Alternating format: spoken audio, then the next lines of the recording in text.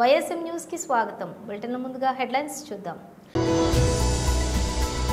అనంతపురం వైఎస్ఆర్సీపీ జిల్లా అధ్యక్షులు మాజీ ఎమ్మెల్యే అనంత వెంకటరామిరెడ్డి ప్రెస్ మీట్. అమర జవాన్ మురళి నాయక్ టీడీపీ కేంద్ర కార్యాలయంలో ఘన నివాళి. పొలిట్ బ్యూరో సభ్యులు వర్ల రామయ్య. బాచుపల్లిలో పూజిత ఎన్క్లేవ్ వాసులకు ఎంఆర్ఓ నోటీసులు. బాధితుల మద్దతుగా నిలిచిన ఈటెల రాజేందర్. భారత సైన్యం కోసం కేంద్ర మంత్రి శ్రీ కిషన్ రెడ్డి జీ ప్రత్యేక పూజలు. బషీర్బాగ్ అమ్మవారి ఆలయంలో. తెలంగాణ భవన్లో బీఆర్ఎస్ నాయకులు ప్రెస్ మీట్.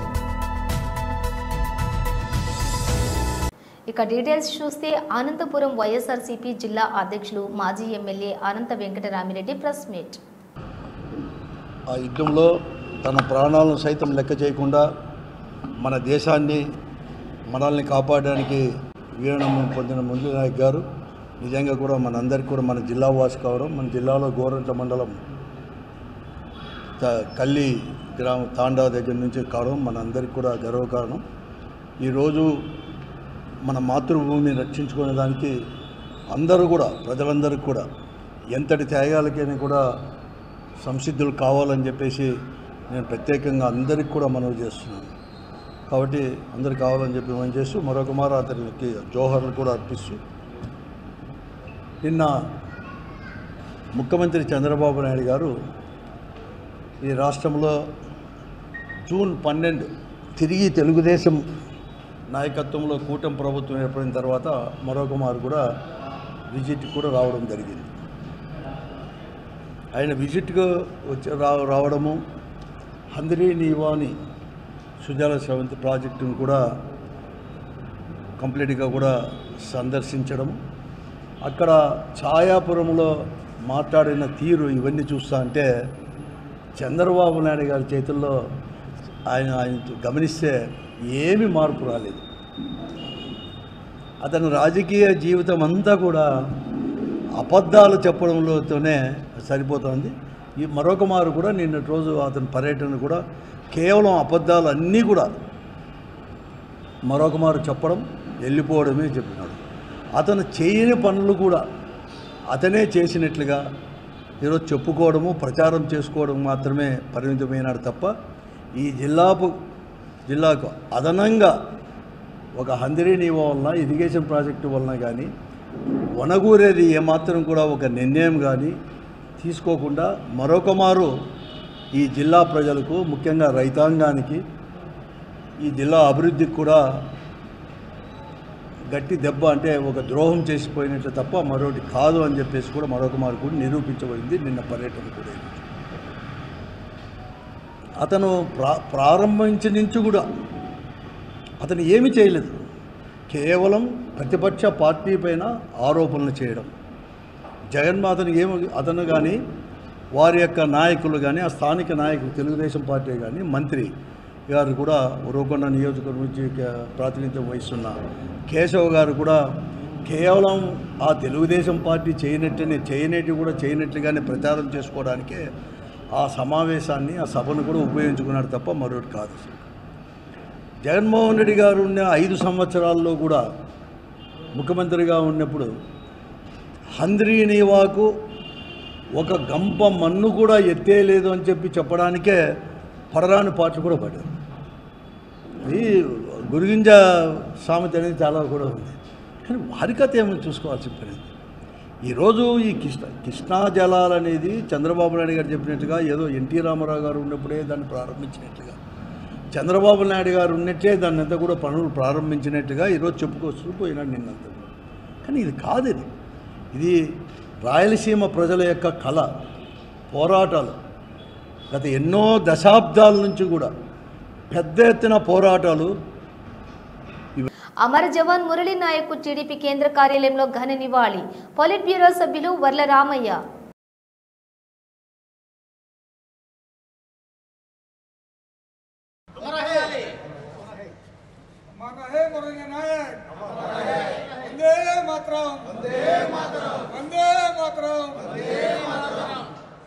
जय भारत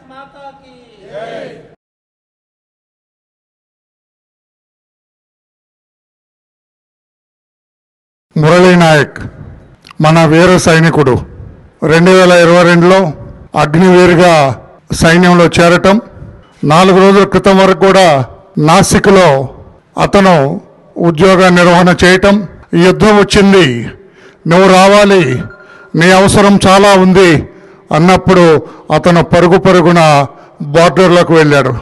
పాకిస్తాన్ ముష్కరులు ఈ టీంను చూశారు. అక్కడ వాళ్ళు బాంబులు వేయటం, ఈ బిడ్డ చనిపోవటం.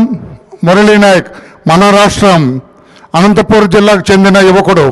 దెబ్బలు తగిలినా కూడా, ప్రాణం పోతుందని తెలిసినా కూడా తన చేతిలో ఉన్న తుపాకీతోటి ఆ పాకిస్తాన్ ముష్కర్ల మీద కాల్పులు జరిపి అక్కడే జై భారత్ అని చెప్పి అతను అసూలు బాయటం చాలా ఒక రకంగా సంతోషదాయకం. వీరోచితమైన మరణం పొందాడు. కానీ చిన్న వయసులో, అతి పిన్న వయసులో అతను ప్రాణాలు పోగొట్టుకోవటం కూడా ఇది పాకిస్తాన్ వాళ్ళందరూ కూడా దీనికి తగిన మూల్యం చెల్లిస్తారు. మీ అందరికీ నేను తెలియచేస్తూ ఉన్నా. ఏం పాపం చేశారని ఆ బిడ్డను చంపారని చెప్పి నేను అడుగుతున్నా. మీరు ఆ రోజున దుర్మార్గంగా మీ ఉగ్రవాదులు అక్కడికి వచ్చి వేలగాంలో ఆ యాత్రికులందరినీ చంపకపోతే, 29 మంది యాత్రికులను మీరు మట్టి పెట్టకపోతే ఇదంతా జరిగేది కాదు. మా బిడ్డ ఈరోజు చనిపోయి ఉండేవాడు కాదు అని చెప్పి కూడా తెలియజేస్తున్నా. భారతీయులందరూ కూడా మనందరం కూడా ఆలోచన చేయాలా. చాలా కాలం నుంచి నేను రాజకీయాలు మాట్లాడదలుచుకోలేదు, పార్టీల గురించి మాట్లాడదలుచుకోలేదు. కానీ వారి పట్ల కొంచెం ఉదాసీనతంగా ఉండటం వల్ల, మనం కొంచెం పోనీలే అన్న ఆలోచన మనలో ఉండటం వల్ల ఈ రోజున పెచ్చు ఎగిపోయి ఇష్టం వచ్చినట్లుగా ఇంత మనం కఠినరు చేస్తే ఒక్క రోజులో పాకిస్తాన్ సంగతి తేల్చే అవకాశం మనకున్నది. అంత యుద్ధ సామాగ్రి మన దగ్గర ఉన్నది, ధీటైన మిలిటరీ మన దగ్గర ఉంది, సైనికులందరూ కూడా బలోపేతమైన సైన్య దళం మనకున్నది. ఇప్పుడు ఈ రోజున మన ప్రధాని గౌరవ నరేంద్ర మోడీ గారు ఈ రోజున పాకిస్తానీల ఆట కట్టడానికి ఆయన నిర్ణయం తీసుకోవటం, ప్రపంచ దేశాలన్నీ కూడా మనకి మద్దతు తెలపటం, పాకిస్తాన్ వాళ్ళు చేసింది తప్పు, అటువంటి జరగటానికి వీల్లేదని చెప్పి కూడా ప్రపంచ దేశాలన్నీ కూడా పెద్దలందరూ కూడా నొక్కి వక్కాణించడం కూడా మనం చూసాం. ప్రధానమంత్రి నరేంద్ర మోడీ గారు తీసుకున్న ఆ కట్టుదిట్టమైన నిర్ణయానికి ప్రతి భారతీయుడు కూడా మద్దతు తెలపవలసిన అవసరం ఉంది. మనందరం కూడా ఒక్క మాట మీద, ఒక్క త్రాటి మీద ఏకోన్ముఖంగా నడవలసిన అవసరం ఉంది. ఆ పాకిస్తాన్ పీచమడలు. బాచుపల్లిలో పూజిత ఎన్క్లేవ్ వాసులకు ఎంఆర్ఓ నోటీసులు, బాధితుల మద్దతుగా నిలిచిన ఈటెల రాజేందర్. 2020 నుంచి మేము అందులో నివాసం ఉంటున్నాం. 30 ఫ్యామిలీస్ అందులో ఉంటున్నారు, 48 ఫ్యామిలీస్ ఇందులో ఉంటున్నారు. ఇది సాక్షాత్తు మన గవర్నమెంట్ వాళ్ళు స్పాన్సర్ చేస్తూ కట్టించినటువంటి ఈ కమ్యూనిటీ హాల్.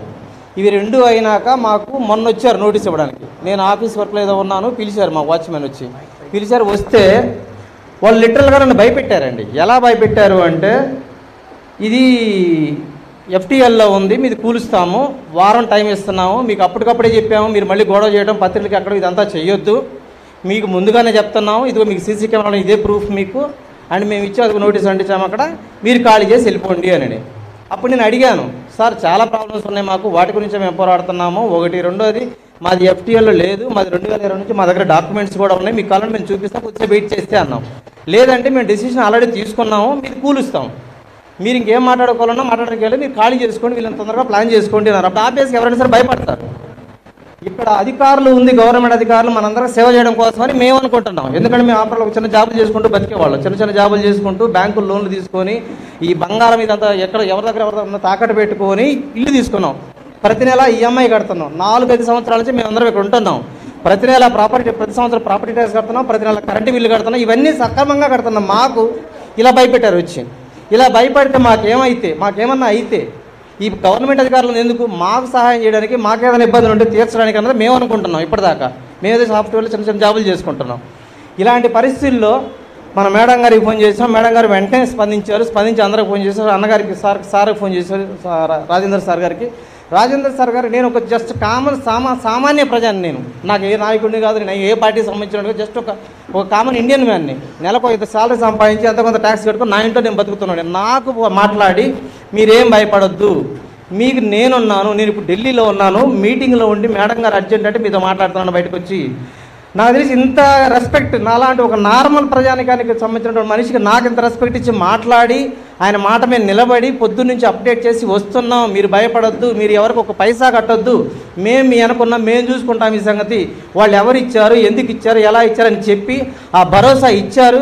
భరోసా ఇచ్చిన మాట ప్రకారం వచ్చారు, వచ్చి ఇక్కడ మన దగ్గర కూర్చున్నారు. మిగతా సార్లు కూడా తీసుకొచ్చారు, మనకి ఇస్తామన్నారు. ఆయన మాట్లాడతారు. సార్ చాలా థ్యాంక్స్ సార్, మేము ఎందుకంటే బాగా మాట్లాడలేకపోవచ్చు, మేము చాలా థ్యాంక్స్ సార్ మీకు. మిమ్మల్ని ఇప్పుడుదా మేము ఎక్కడ దూరంగా ఉండి చూడటం, ఇక్కడ దగ్గరగా వచ్చి వస్తున్నాం. చాలా గ్రేట్ సార్, మీలాంటి వ్యక్తులు మాకు ఉండడం, మా పక్క వచ్చి మాకు సపోర్ట్ చేయడం అనేది we're very thankful to you sir. Thank you so much sir.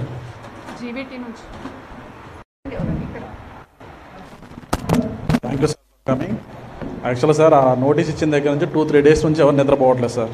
అసలు చాలా విపరీతమైన కాల్స్ వస్తున్నాయి. వాళ్ళు అసలు కొంతమంది హార్ట్ పేషెంట్స్ ఉన్నారు, వాళ్ళందరూ ఉన్నారు, వాళ్ళు చాలా విపరీతమైన టెన్షన్ పడుతున్నారు. ఒక 2 హాస్పిటల్స్ కూడా అయ్యారు దీనివల్ల.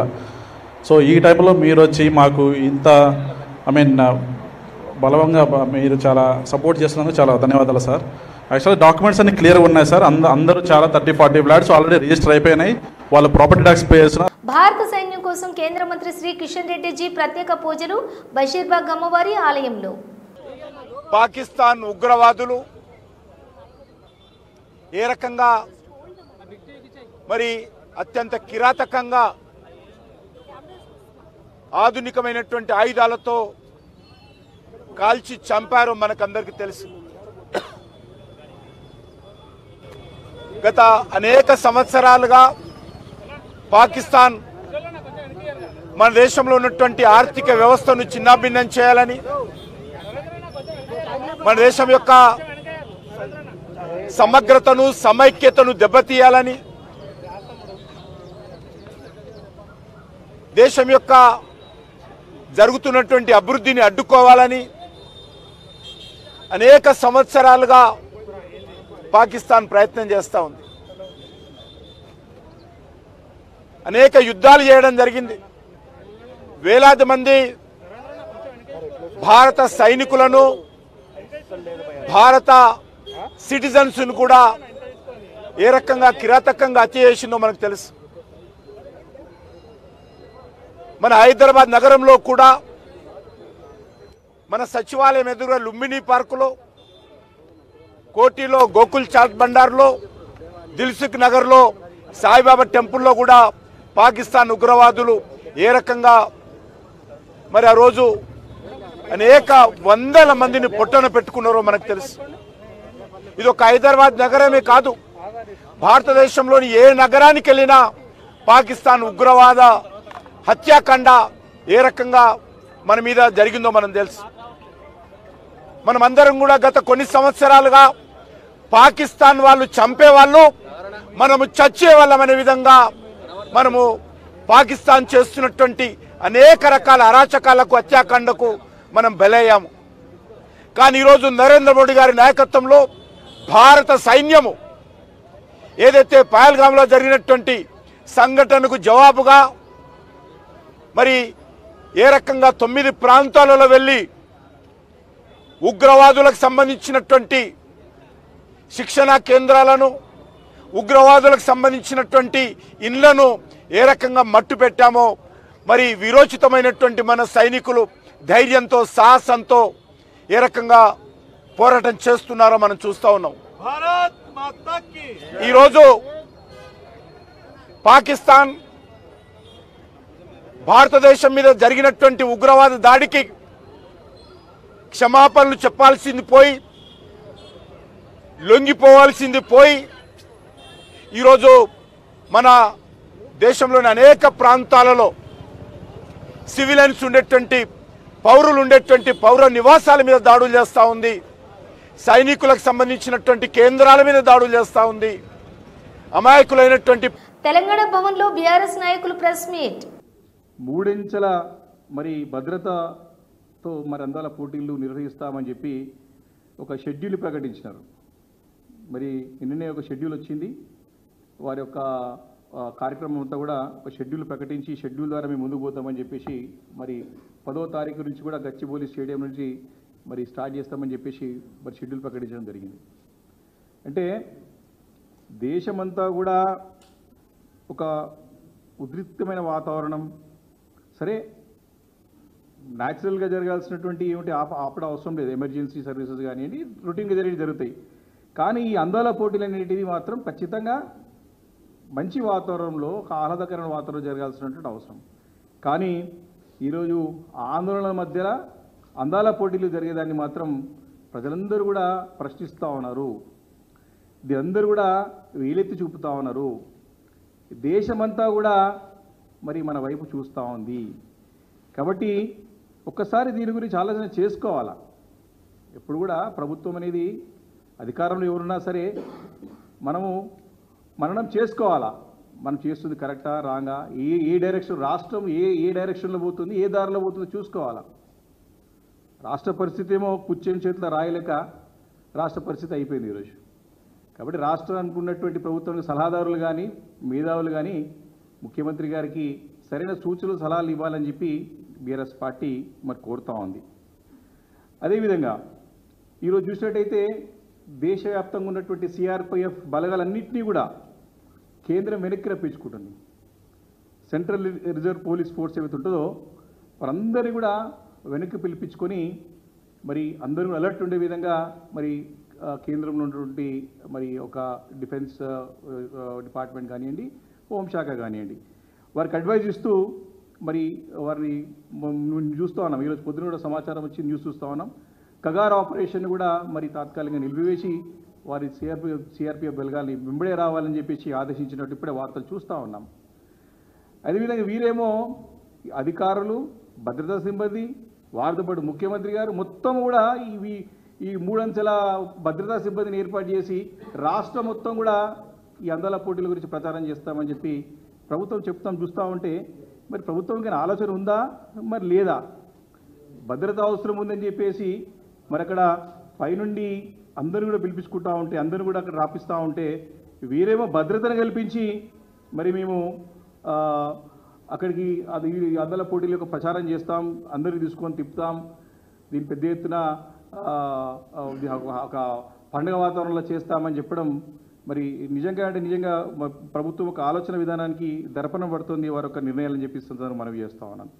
ఈ సందర్భంలో మనం చూసి సరిహద్దుల నుంచి ఉగ్రవాద కార్యకలాపాలకు పాల్పడితే తీవ్ర పరిణామాలు తప్పవని భారత్ ఇప్పటికే పాకిస్తాన్కు గట్టి హెచ్చరికలు జారీ చేసింది. భవిష్యత్తులో పాకిస్తాన్ ప్రేరేపిత ఉగ్రవాదులు భారత్పై ఎలాంటి దాడికి పాల్పడినా దానిని పూర్తిస్థాయి యుద్ధ చర్యగా పరిగణించి తదనుగుణంగా ప్రతిస్పందిస్తామనే దిశగా కేంద్రం అత్యంత కీలక నిర్ణయం తీసుకోనున్నట్లు తెలుస్తోంది. ఈ మేరకు ఉగ్రవాద నిర్మూలనకు సంబంధించి సరికొత్త నిబంధనలను రూపొందించినట్లుగా సమాచారం. గత 3 రోజులుగా రాత్రి సమయంలో ఉత్తర భారతదేశంలోని పలు సైనిక స్థావరాలు, పౌర నివాసిత ప్రాంతాలపై పాకిస్తాన్ డ్రోన్లు, క్షిపణులతో దాడులకు తెగబడుతున్న నేపథ్యంలో ఈ హెచ్చరిక ప్రాధాన్యతను సంతరించుకుంది. అయితే భారత పటిష్టమైన వాయు రక్షణ వ్యవస్థ ఈ దాడులను పూర్తిగా అడ్డుకోగలిగింది. 2 వారాల క్రితం జమ్మూ కాశ్మీర్లోని పహల్గాంలో పాకిస్తాన్ సంబంధిత ఉగ్రవాదులు జరిపిన కిరాతక దాడిలో 26 మంది పర్యాటకులు మరణించిన విషయం తెలిసిందే. ఈ దారుణ ఘటనకు ప్రతిస్పందనగా భారత్ పాకిస్తాన్ POKలోని ఉగ్రవాద మౌలిక సదుపాయాలపై ఖచ్చితమైన క్రూయిజ్ క్షిపణులతో దాడులు నిర్వహించింది. ఆ తర్వాత ఇరు దేశాల మధ్య ఉద్రిక్తతలు తీవ్రతరమయ్యాయి. సూర్యాపేట జిల్లా కేంద్రంలో జిల్లా ఎస్పీ నరసింహ ఆదేశాల మేరకు మైనర్లు ద్విచక్ర వాహనాలు నడిపే వారిపై కొరడా జుల్పించారు పోలీసులు. సుమారుగా 300 మంది మైనర్లు వాహనాలు నడపటం, వాహనాలు నడిపే వారిని పోలీసులు పోలీస్ స్టేషన్కు పిలిపించి వారితో పాటుగా తల్లిదండ్రులను కూడా కూర్చోబెట్టి మైనర్లు వాహనాలు నడపడం వలన జరిగే నష్టాలు, అనర్థాలను వారి తల్లిదండ్రులకు తెలియజేశారు. పోలీసులు విధించే ఆంక్షలకు కట్టుబడి ఉండాలని తల్లిదండ్రులను కోరారు. ఇక ముందు ఎట్టి పరిస్థితుల్లో అయినా మైనర్లు వాహనాలు నడిపి పోలీసులకు దొరికితే తల్లిదండ్రులకు జైలు శిక్ష, వాహనాలు నడిపిన పిల్లలకు 25 సంవత్సరాల వరకు లైసెన్స్ రద్దు చేస్తామని పిల్లల తల్లిదండ్రులను గట్టిగానే మందలించారు సూర్యాపేట పోలీసులు.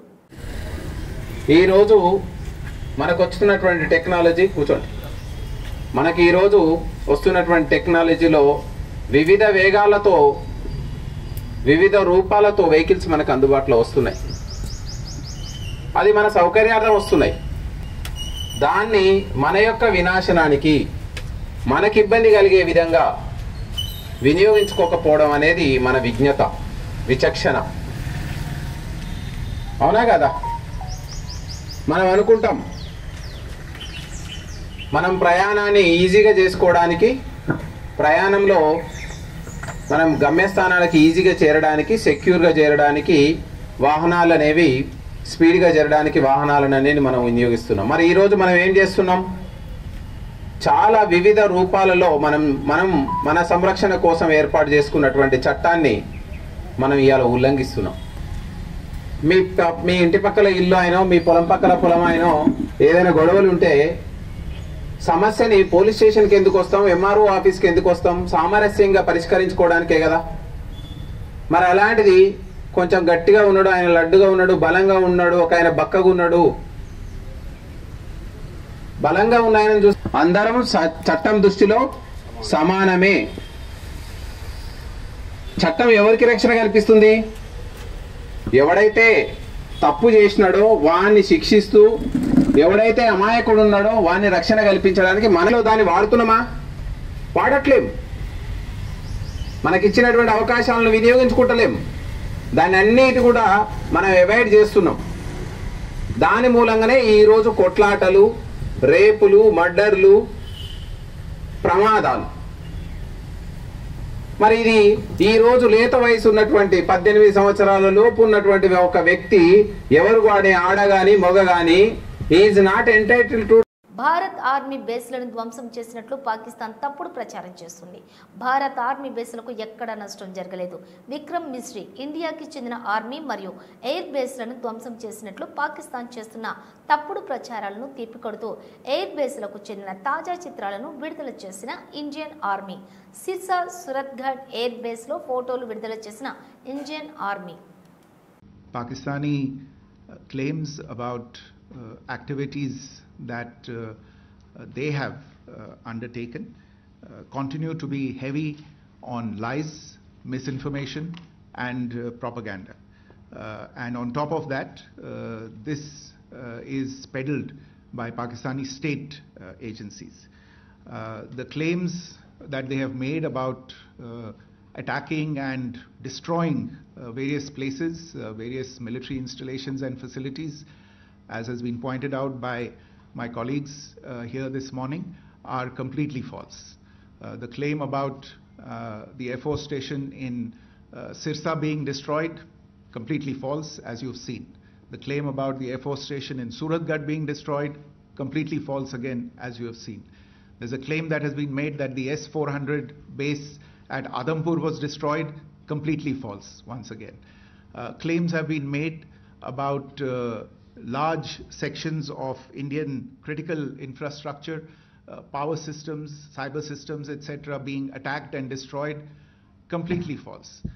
I would urge all of you and all those who watch this not to be misled by this tissue of lies that is being peddled by the Pakistani state for obvious purposes. Bulletin ముగించే ముందు headlines మరోసారి. అనంతపురం వైఎస్ఆర్సీపీ జిల్లా అధ్యక్షులు మాజీ MLA అనంత Venkatarami Reddy press meet. అమర జవాన్ Murali Naik TDP కేంద్ర కార్యాలయంలో ఘన నివాళి. పొలిట్ బ్యూరో సభ్యులు వర్ల రామయ్య.